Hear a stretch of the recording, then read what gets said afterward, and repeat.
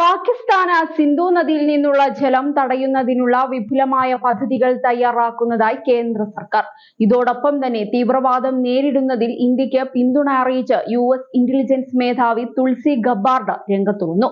ഇന്ത്യക്കും പാകിസ്ഥാനും ഇടയിലുള്ള പ്രശ്നം പരിഹരിക്കുന്നത് തങ്ങൾ മധ്യസ്ഥത വഹിക്കാമെന്ന് പറഞ്ഞ വാർത്തയും വെള്ളിയാഴ്ച വൈകിട്ടോടെ പുറത്തു വന്നിട്ടുണ്ട്. 26 പേരുടെ കൊലപാതകത്തിന് ഇടയാക്കിയ പഹൽഗാമിലെ തീവ്രവാദ ആക്രമണത്തിന് മറുപടിയായി സിന്ധു നദീജല കരാറിൽ നിന്നും പിന്മാറുന്നതായി ഇന്ത്യ പ്രഖ്യാപിക്കുകയായിരുന്നു. യുദ്ധസമാനമായ നീക്കം എന്നാണ് പാകിസ്ഥാൻ ഇതിനെ വിശേഷിപ്പിച്ചതെങ്കിലും തീരുമാനത്തിൽ ഉറച്ചു നിൽക്കുകയാണ് ഇന്ത്യ. ഡാമുകളുടെ സംഭരണശേഷി വർദ്ധിപ്പിക്കുന്നതടക്കമുള്ള 3 ഘട്ട പദ്ധതിയാണ് സിന്ധു നദീജലം പാകിസ്ഥാനിലേക്ക് ഒഴുകുന്നത് തടയാൻ കേന്ദ്രം തയ്യാറാക്കിക്കൊണ്ടിരിക്കുന്നത്. ഇന്ത്യയിൽ നിന്നും ഒരു തുള്ളി വെള്ളം പോലും പാകിസ്ഥാനിലേക്ക് ഒഴുകി പോകാതിരിക്കാനുള്ള മാർഗങ്ങൾ സ്വീകരിക്കുമെന്നാണ് അമിത്ഷായുമായുള്ള കൂടിക്കാഴ്ചയ്ക്ക് ശേഷം കേന്ദ്ര ജൽശക്തി മന്ത്രി CR പാട്ടീൽ പറഞ്ഞത്. ഇത് സംബന്ധിച്ച് ഹ്രസ്വകാല, ഇടക്കാല, ദീർഘകാല നടപടികളാണ് സർക്കാർ സ്വീകരിച്ചുകൊണ്ടിരിക്കുന്നത്. നദികളിലെ മണ്ണ് നീക്കം ചെയ്തും വെള്ളം വഴി തിരിച്ചുവിടാനുമുള്ള പദ്ധതി തുടങ്ങുമെന്നും ജൽശക്തി വകുപ്പ് മന്ത്രി കൂട്ടിച്ചേർത്തു.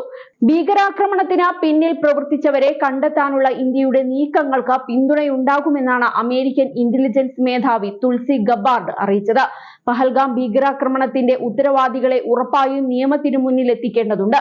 പഹൽഗാമിൽ ഹിന്ദുക്കളെ ലക്ഷ്യമിടുകയും 26 പേരെ കൊലപ്പെടുത്തുകയും ചെയ്ത ഇസ്ലാമിക ഭീകരാക്രമണത്തിൽ ബാധിക്കപ്പെട്ട ഇന്ത്യക്കൊപ്പം എല്ലാ അർത്ഥത്തിലും അമേരിക്ക നിലകൊള്ളുന്നു എന്നാണ് തുൾസി ഗബ്ബാർഡ് എക്സിൽ കുറിച്ചത്.